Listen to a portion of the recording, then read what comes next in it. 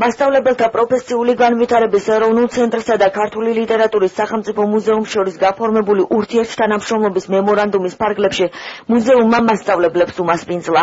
ქართული ენისა და ლიტერატურის ასევე ისტორიის პედაგოგებს მასტერკლასი თემაზე სამუზეუმო ექსპონატების გამოყენება მოსწავლეთა კვლევითი უნარჩვევების განვითარებისთვის ჩაუდარდათ. მასწავლებლებმა დაათვალიერეს ვაჟა ფშაველას იუბილისადმი მიძღვნილი გამოფენა.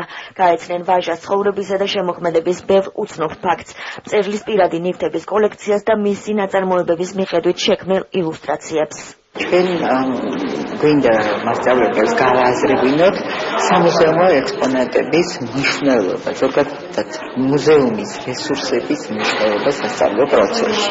ეს რამდენიმე თვალსაზრისით არის ძალიან მნიშვნელოვანი. უპირველეს ყოვლისა, მოსწავლეთა მოტივაციის ამაღლებისათვის, სასწავლო პროცესის გამრავალფეროვნებისათვის, მოსწავლეთა კვლევითი უნარჩვევების განვითარებისათვის, საპროექტო აზროვნების შესაწყობად.